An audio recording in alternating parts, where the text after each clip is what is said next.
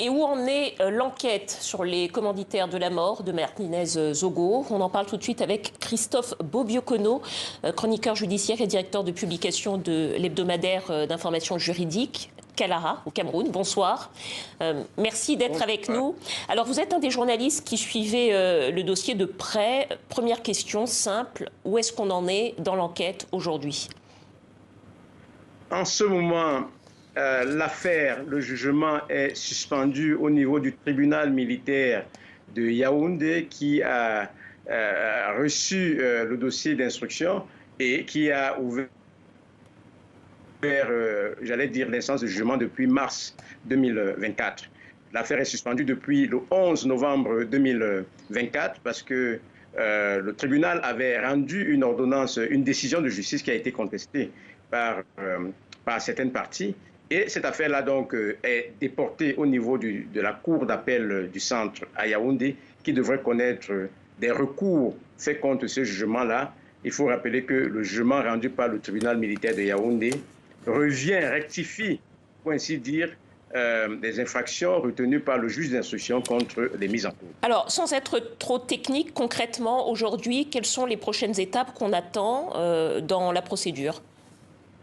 Il faudrait attendre que la cour d'appel du centre purge, en tout cas réponde aux questions qui lui sont posées, aux problèmes qui lui ont été posés à travers les recours qui ont été faits par certaines parties, et que le dossier soit rétabli au niveau du tribunal militaire de Yaoundé qui connaît justement de cette affaire-là.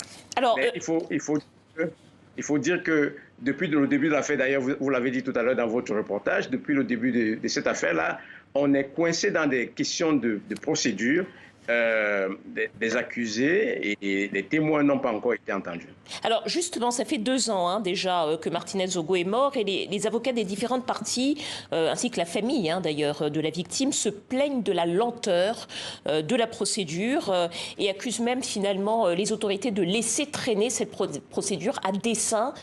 Qu'est-ce qui peut laisser penser cela très concrètement? Oui, c'est un sentiment qu'on peut avoir dans la mesure où, d'abord, je crois que l'ordonnance de renvoi, c'est-à-dire le rapport du juge d'instruction qui a été adressé au tribunal militaire de Yaoundé pose un certain nombre de problèmes. Et ce sont ces problèmes-là qui amènent les parties à s'engluer dans des querelles de procédure. En plus, le tribunal militaire de Yaoundé n'a pas pris la peine de donner une cadence, j'allais dire, assez forte à l'affaire. Les audiences sont convoquées une fois toutes les 3 semaines. À ce rythme-là, il est très, très difficile de faire avancer un dossier qui compte quand même 17 accusés au total. En plus, le tribunal militaire de Yaoundé a inauguré des façons de faire qui sont tout à fait nouvelles dans sa façon d'opérer. Par exemple, dans les autres procédures, les avocats n'avaient pas de la peine à avoir accès aux pièces du dossier, mais dans cette affaire précise, ces avocats-là n'ont pas pu obtenir les copies des pièces du dossier telles qu'ils ont souhaité. Alors, lorsqu'on a évoqué l'affaire Martinez Zogo, à son tout début, on a parlé d'une affaire d'État. Beaucoup d'observateurs, de journalistes ont parlé d'une affaire d'État. Vous avez parlé de 17 accusés, effectivement.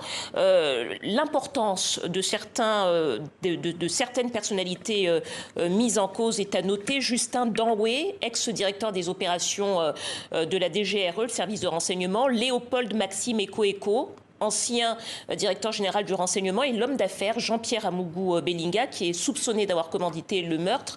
Alors, le nom de ces personnes a été évoqué dans l'enquête. Est-ce qu'on en sait plus aujourd'hui? Est-ce qu'on sait, est-ce que leur rôle dans cette affaire a été ou commence à être établi? Bon, disons qu'au début de l'affaire, lorsque l'information sur la disparition et la mort de Martinez Zogo était devenue certaine, il y a eu, j'allais dire, l'enquête a démarré par un gendarme qui est venu, j'allais dire, faire une dénonciation, qui avait été contacté avant le meurtre par M. Danoué et qui est allé auprès des autorités policières pour leur dire qu'il avait été contacté pour s'occuper de Danoué, en tout cas pour lui infliger des violences. Et à partir de ce moment-là, ça a été facilité, la technologie aidant. M. Justin Danoué, qui était directeur des opérations à la DGRE à l'époque des faits, a donc été interpellé. Et ça n'a pas été difficile pour les enquêteurs d'interpeller ses collaborateurs. Et sur la base des auditions qui ont été menées, M. Danoué a donné des noms d'un certain nombre de personnalités, dont M. Amourou Belinga, M. Léopold Eko, son patron. Et que sait-on aujourd'hui de leur implication dans cette affaire, puisque leur nom a été cité, mais au fond, est-ce qu'aujourd'hui on a des éléments, on a davantage d'éléments pour attester de leur rôle dans cette affaire? Disons qu'on est à la phase donc de jugement. Ça signifie que le juge d'instruction pense que des éléments qui sont apparus au cours de l'enquête sont suffisants pour que ces personnes-là soient jugées. Et la plupart de ces éléments-là, c'est quoi? C'est à travers les auditions qui ont été faites. M.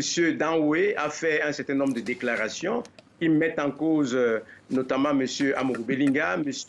Eko, M. Justin Savom, lui a été appréhendé, qui est maire de Bibé, qui est poursuivi pour ce qui le concerne, pour complicité d'assassinat. Donc, ils ont été mis en cause à travers les enquêtes. Mais pour le cas de M. Eko, les déclarations de M. Justin Danoué n'ont pas pu être corroborées par des faits.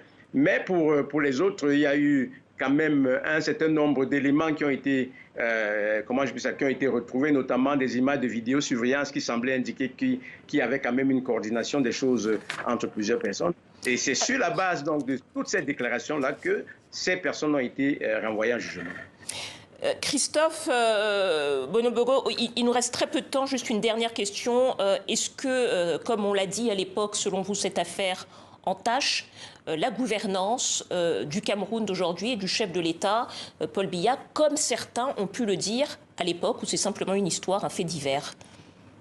Non, de manière générale, lorsqu'il y a des problèmes d'insécurité, forcément que le pouvoir central se sent concerné. Mais concrètement, par rapport à cette affaire précise, il n'y a pas d'éléments, en tout cas dans les informations que nous avons, dans les pièces que nous avons pu consulter au cours de nos différents travaux, qui mettent en cause directement la gouvernance centrale. Même les noms d'un certain nombre de ministres qui ont été cités à un moment donné, on ne les a pas retrouvés au niveau de l'enquête, s'agissant donc, comment je peux dire ça, des violences et du meurtre de M. Martinez-Zogo. Merci à vous Christophe Bobi-Okono, chroniqueur judiciaire et directeur de publication de l'hebdomadaire d'information juridique camerounais Kalara.